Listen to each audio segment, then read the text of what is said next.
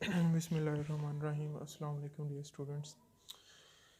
अच्छा जी, ये lecture number 11 के साथ जो है हमारा नया चैप्टर जो है ये हमने पहले भी स्टार्ट किया था, लेकिन उसको वाइंड अप नहीं किया था। इंशाल्लाह इसको आज हम स्टार्ट किया है बैक्टीरियोफेज से। Bacteriophage is one of the most important question for long question.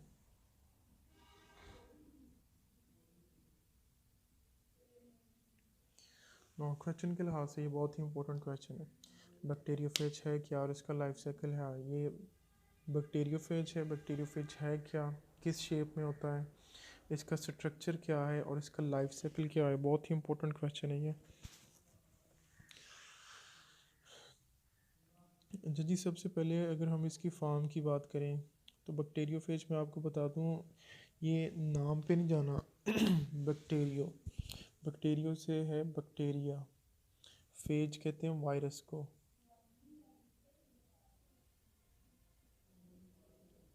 Bacterio से बैक्टीरिया,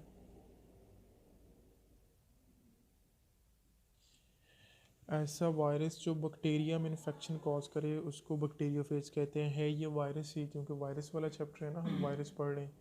तो ऐसा ये वायरस है जो बैक्टीरिया के अंदर इन्फेक्शन कॉज करता है, बैक्टीरिया के अंदर डिजीज़ कॉज करता है। ऐसे वायरस को हम बैक्टीरियोफेज कहते हैं। फेज एक जनरल टर्म है जिसका मतलब है वायरसेस, ठीक है।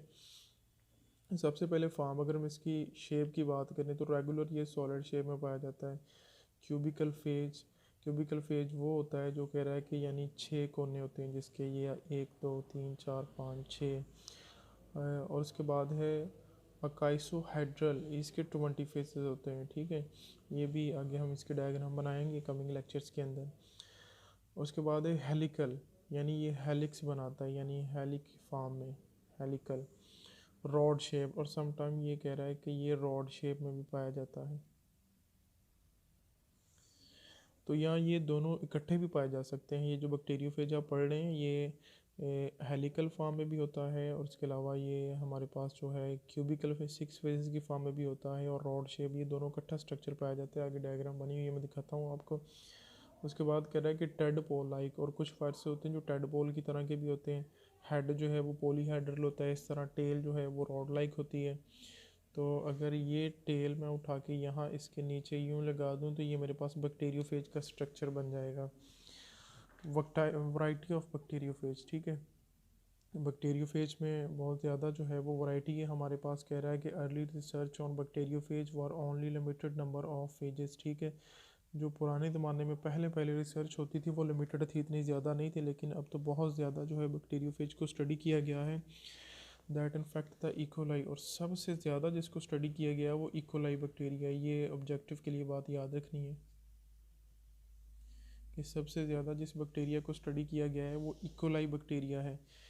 तो ज़ाहिर बात है अगर जिस चीज़ को ज़्यादा स्टडी किया जाए तो उसके जो एनिमीज़ होते हैं उनको भी हम स्टडी करेंगे, और इस इकोलाई बैक्टीरिया का जो एनिमी है वो ये बैक्टीरियोफेज है जो इसके अंदर डिजीज़ कॉज करता है। तो अल्टीमेटली फिर हमने बैक्टीरियोफेज को भी स्टडी किया। जब इकोलाई को स्टडी किया तो बैक्टीरियोफेज को भी ज़्यादा स्टडी रह किया। कह रहा है कि out of these best non phases R T phases, ठीक है। तो कह रहा है कि इन सब के अंदर जो इसकी बेस्ट फेजेस है वो टी फेज है। इसके अलावा इसकी और भी फेजेस हैं जैसे कि एम फेज है, के फेज है, टी फेज है। इन सब में से कह रहा है कि जो टी फेजेस है उसको ज़्यादा अच्छे से स्टडी किया गया है। आने वाले लेक्चर्स में इनके ऊपर भी बात करेंगे, टी फेजेस क्या है, एम और के फेजेस। कह रहा है कि अमंग द टी फेजेस, अब इस टी फेजेस में भी, इस टी फेजेस के आगे 7 टाइप हैं। T1, T2, T3, T4, T5, T6 और T7।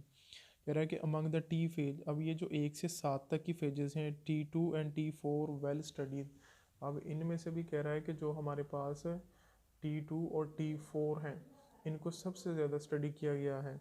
ये वाली T2 और ये T4 जो है इसको सबसे ज़्यादा स्टडी किया गया है। अच्छा जी, ये तो थोड़ी सी जनरल बातें थी इसकी फार्म के बारे में कि ये किस फार्म में होता है। उसके बाद है स्ट्रक्चर और T4 फेजेस।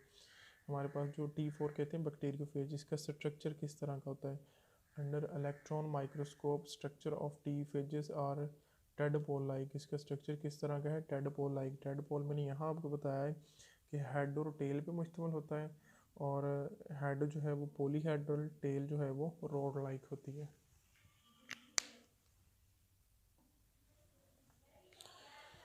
अच्छा जी, consisted of head and tail. जब इसको हमने इलेक्ट्रॉन माइक्रोस्कोप से देखा तो ये हेड टेडपोल लाइक यानी हेड, एक हेड और दूसरा टेल पे मुश्तमिल था।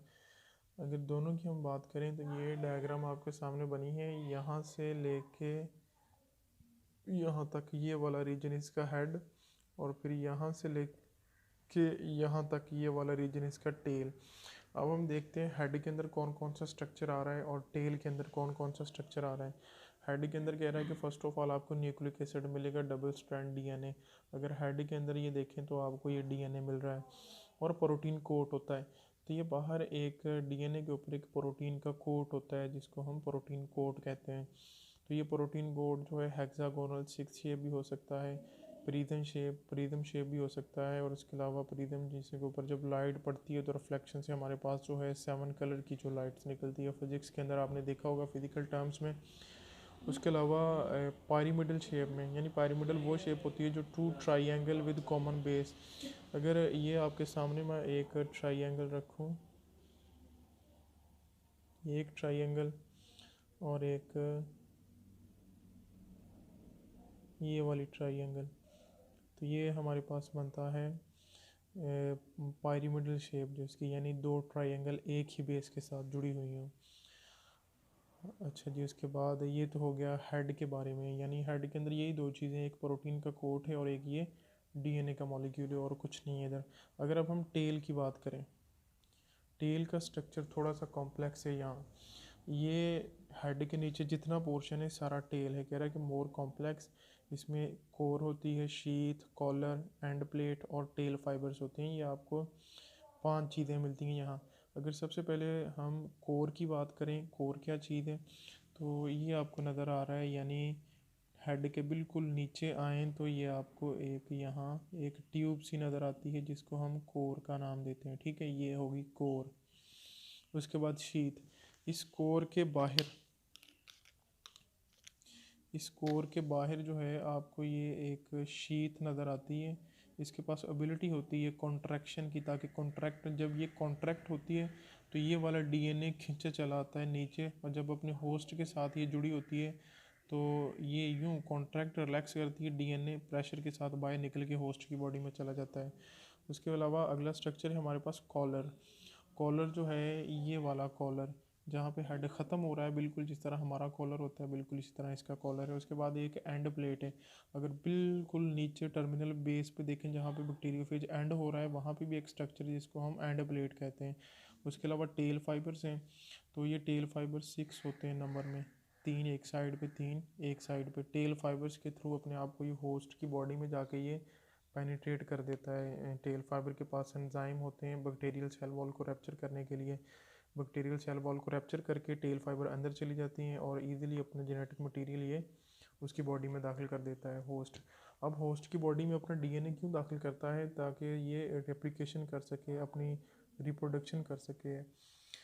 अगले आगे जो है इसका साइकिल भी हम पढ़ेंगे, बैक्टीरियोफेज का लेटिक लाइफ साइकिल और लाइदोजेनिक लाइफ साइकिल।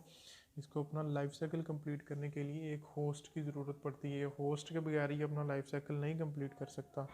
तो ये दो तरह से करता है, एक लेटिक और लाइदोजेनिक। इनको भी आज अभी हम डिटेल से देखेंगे। अगर ये वाला स्ट्रक्चर मैं आपको यहाँ करके दोबारा बना दूँ।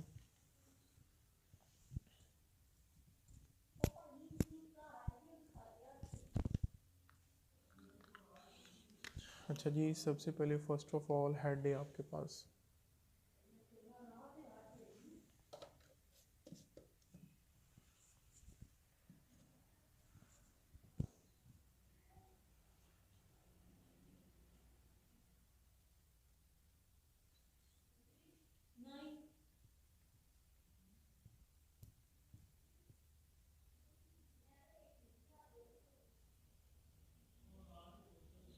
अच्छा जी, ये रहा हेड।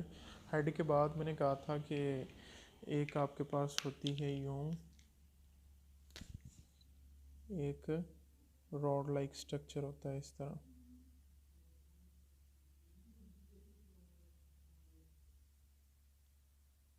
ठीक है, ये क्या हो गया आपके पास, ये कोर। उसके अलावा एक यहाँ पे बिल्कुल इसके टर्मिनल, यहाँ पे एक हमारे पास कॉलर, ये वाली क्या होगी, कॉलर। ठीक है, और उसके अलावा कोर के बाहर जो है हमारे पास होती है शीथ। ठीक है, और बिल्कुल एंड पे एक टर्मिनल एंड प्लेट, और एंड प्लेट के साथ जो है वो टेल फाइबर्स लगे होते हैं, 3 एक साइड पे और 3 एक साइड पे। और यहाँ आपके पास डबल स्ट्रैंड डीएनए मॉलिक्यूल पाया जाता है।